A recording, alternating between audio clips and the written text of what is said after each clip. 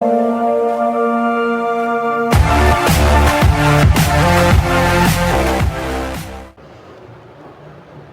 Students, welcome to पिकाजीस learning. आज इस वीडियो में हम बात करने वाले हैं एक क्वाड्रेटिक पॉलिनोमियल के बारे में, और उसके लिए हमें कुछ कंडीशन पता होना चाहिए। वो कंडीशन कौन सी है, आज हम इस कंडीशन पे बात करेंगे। अगर ये कंडीशन अगर हमें क्वेश्चन में दी है तब हम एक कैसे क्वाड्रेटिक पॉलिनोमियल बना सकते हैं। ठीक है, तो चलिए देखते रहिए इस वीडियो को बिल्कुल एंड तक, ताकि आपको अच्छे से समझ में आए। चलिए हम स्टार्ट करते हैं। ठीक है, तो हमारे पास क्या होना चाहिए कि सम ऑफ जीरोज होना चाहिए और प्रोडक्ट ऑफ जीरोज होना चाहिए। तो अगर हमें ये कंडीशन दी है तो हम एक क्वाड्रेटिक पॉलिनोमियल कैसे बनाएंगे। ठीक है, तो अगर मान लो हमें कोई क्वेश्चन दिया है जिसमें दिया है सम ऑफ जीरोज इक्वल टू 4/3। ठीक है, ये हमें सम ऑफ जीरोज दिया है क्वेश्चन में, और प्रोडक्ट ऑफ जीरोज दिया है, product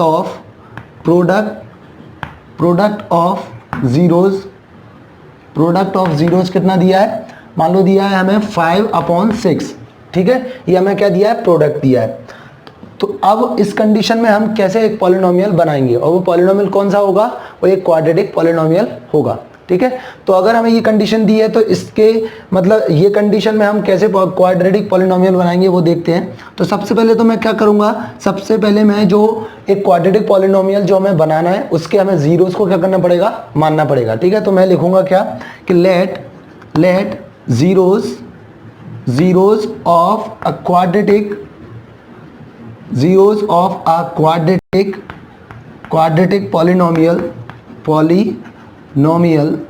quadratic polynomial are alpha and beta. हमें जो क्वाड्रेटिक पॉलिनोमियल चाहिए हमने उसके क्या मान लिए, जीरो, अल्फा और बीटा, ये दोनों हमने उसको जीरोस को मान लिया है। ठीक है, लेकिन अब हमें क्वेश्चन में क्या दिया है कि सम ऑफ जीरोस दिया है कितना, 4/3, और प्रोडक्ट ऑफ जीरोस दिया है 5/6। तो इसका मतलब क्या है कि हमें जो क्वेश्चन में दिया है तो अल्फा और बीटा हमारे जीरोस हैं। अगर मैं इन दोनों को प्लस करूंगा तो वो किसके इक्वल होगा, 4/3 के। ठीक है, तो ये क्या है, हमें देयरफॉर क्या हो जाएगा, alpha plus beta equal to कितना हो जाएगा, 4/3, और अल्फा इंटू बीटा मतलब प्रोडक्ट, दोनों का मल्टीप्लाई करेंगे तो कितना आना चाहिए, 5/6। तो ये तो हमें क्वेश्चन में दिया गया है। ठीक है, अब मैं कैसे इसको आगे बढ़ा सकता हूं, तो अब मैं क्या करूंगा, तो अब मुझे करना पड़ेगा, we know that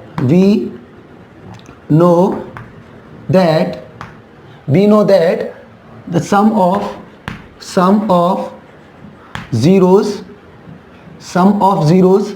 and product of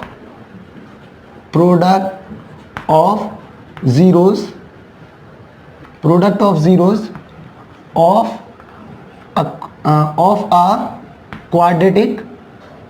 of a quadratic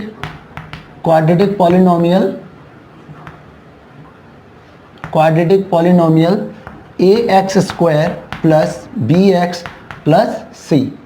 तो हम जानते हैं क्वाड्रेटिक पॉलिनोमियल का जो स्टैंडर्ड फॉर्म क्या होता है, वो होता है ax square plus bx plus c, ये होता है। ठीक है, तो ये हम पहले से जानते हैं कि sum of zeros and product of zeros of a quadratic polynomial ax square plus bx plus c क्या होता है कि उनका alpha plus beta equal to कितना होगा, -b/a, and alpha into beta equal to c/a। तो ये होता है, ये रिलेशन होता है किसमें, जीरोस के बीच में, और कौन से किसके जीरोस के बीच में, एक quadratic polynomial ax square plus bx plus c। ये क्वाड्रेटिक मतलब एक पॉलिनोमियल है जिसके जो जीरोस हैं उनके बीच में क्या रिलेशन है, अल्फा प्लस बीटा मतलब sum of zeros equal to -b/a, alpha into beta c/a। तो ये रिलेशन होता है। तो अब मैं क्या करूंगा कि अल्फा और बीटा, अल्फा प्लस बीटा की जगह में क्या लिखूंगा, -b/a, और अल्फा इंटू बीटा की जगह क्या लिखूंगा, c/a। तो अब मैं इसमें पुट कर दूंगा, तो इसका मतलब क्या हो जाएगा, therefore alpha plus beta equal to कितना है, 4/3। तो इसका मतलब है कि अल्फा प्लस बीटा की जगह क्या लिखूंगा, -b/a इक्वल टू 4/3। ठीक है, इक्वल टू 4/3। और अब मैं क्या करूंगा, जो अल्फा इंटू बीटा दिया है, alpha into beta equal to कितना है, alpha into beta equal to यहाँ पे कितना दिया है 5/6। तो अल्फा इंटू बीटा की जगह क्या लिखूंगा, अल्फा इंटू बीटा की जगह लिखूंगा c/a इक्वल टू 5/6 6। तो ये मैंने क्यों किया, क्योंकि मुझे क्या चाहिए, एक क्वाड्रेटिक पॉलिनोमियल चाहिए। इससे पहले वाली वीडियो में हमने अलग तरीके से, आप वो वाला मेथड भी यूज़ कर सकते हो अगर ये क्वाड्रेटिक पॉलिनोमियल हमें बनाना है तो, ठीक है। और ये वाला मेथड भी यूज़ कर सकते हो। ये दोनों मेथड आप कोई से भी मेथड का यूज़ करके अगर मतलब क्वेश्चन बनाओगे तो वो सही होगा, ठीक है। तो इस तरीके से हम लिखेंगे इसको।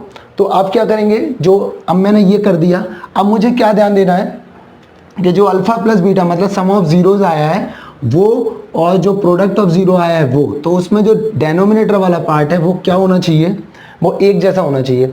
अगर एक जैसा नहीं है तो हम क्या करेंगे, उसको एक जैसा बनाएंगे। और बनाएंगे कैसे, ये देखते हैं। तो यहाँ पर देखो डेनोमिनेटर वाला पार्ट कितना है 3 और यहाँ पर कितना है 6। अब इस कंडीशन में मैं इसको आगे कंपेयर नहीं कर सकता, क्योंकि मुझे एक क्वाड्रेटिक पॉलिनोमियल बनाने के लिए किसकी वैल्यू चाहिए, ए बी और सी। क्योंकि क्वाड्रेटिक पॉलिनोमियल कौन से फॉर्म में होता है, ax² प्लस bx प्लस सी, इस वाले फॉर्म में होता है। तो इसके लिए मुझे क्या किसकी वैल्यू चाहिए, ए बी और सी। और ए और बी की सी में ए बी सी की वैल्यू में कैसे निकाल सकता हूँ, कंपेयर करके।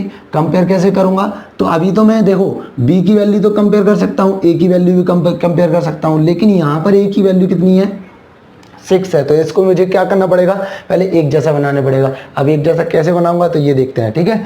तो 3 और 6 का क्या लेंगे, पहले एलसीएम, क्या लेंगे, एलसीएम लेंगे, ठीक है। तो 3 और 6 का एलसीएम कितना आता है, 6 आता है, ठीक है। एलसीएम लेने के बाद मैं क्या करूंगा, ये वाला जो पार्ट है ना, इसको मैं दोबारा लिखूंगा -b/a इक्वल टू, क्या लिखूंगा, -b/a इक्वल टू, तो यहाँ पर जो डेनोमिनेटर वाला पार्ट है इसमें क्या लिखूंगा, एलसीएम, जो इन दोनों का एलसीएम आया। तो 6 और 3 का एलसीएम कितना आता है, 6 आएगा, ठीक है। अब मैं क्या करूंगा, ठीक है, तो जो एलसीएम आया है वो मैं इसके नीचे लिख दूंगा पहले। अब मैं क्या करूंगा, जो पहले वाला जो पार्ट है वो मतलब पहला वाला पार्ट कौन सा है 3, अब 3 का इसमें क्या करूंगा, डिवाइड करूंगा। तो 3 2 जा 6, और ऊपर वाले पार्ट से मैं क्या करूंगा, मल्टीप्लाई कर दूंगा, ठीक है। मतलब कहने का मतलब क्या कि पहले एलसीएम लेना है, उसको यहाँ लिखना है, और लिखने के बाद जो नीचे वाला पार्ट है उसका इसमें क्या करना है, पहले डिवाइड, और डिवाइड करने पर जो हमें वैल्यू आएगी, जो हमें वैल्यू मिलेगी, उसका ऊपर वाले पार्ट से क्या करना है, मल्टीप्लाई करना है। मतलब 3 का इसमें डिवाइड करेंगे तो 2 आएगा, ठीक है, और 2 का इसमें मल्टीप्लाई करेंगे तो कितना आएगा, 8 आएगा। तो ये वाला पार्ट बन गया, ठीक है। अब मैं ये वाला पार्ट लूँगा, तो c/a equal c/a equal 5, sorry c/a equal, ठीक है। और जो एलसीएम आया है इनका, वो एलसीएम मैं कहाँ लिखूंगा, यहाँ पे लिखूंगा। और क्या करेंगे, जो 6 का, अब मैं क्या करूँगा, 6 का 6 से डिवाइड करूँगा पहले, ये वाला जो पार्ट है पुराना वाला, इससे मैं इससे डिवाइड करूँगा, 1 आएगा, 1 का ऊपर वाले से मल्टीप्लाई करूँगा, कितना आएगा, 5 आएगा। तो अब देखो, ये अब दोनों कंडीशन में क्या हो गया, यहाँ पर ए की वैल्यू, यहाँ पर ए की वैल्यू एक जैसी होगी। अब मैं कंपेयर कर सकता हूँ, इसका मतलब, ठीक है, ऑन कंपेयरिंग ए की वैल्यू कितनी आएगी 6, और बी की वैल्यू यहाँ पे कितनी है, देखो बी की वैल्यू यहाँ पे 8 है, लेकिन यहाँ पे क्या लगा है माइनस, तो यहाँ पे क्या आ जाएगा -8, और सी की वैल्यू कितनी आ जाएगी, सी की वैल्यू कितनी हो जाएगी, 5 हो जाएगी। अब मुझे क्या चाहिए, पॉलिनोमियल चाहिए। तो रिक्वायर्ड पॉलिनोमियल का स्टैंडर्ड फॉर्म क्या होता है कि ax² प्लस bx प्लस सी, ये एक रिक्वायर्ड क्वाड्रेटिक पॉलिनोमियल का स्टैंडर्ड फॉर्म है, ठीक है। तो हम जानते हैं कि क्या लिखेंगे कि क्वाड्रेटिक पॉलिनोमियल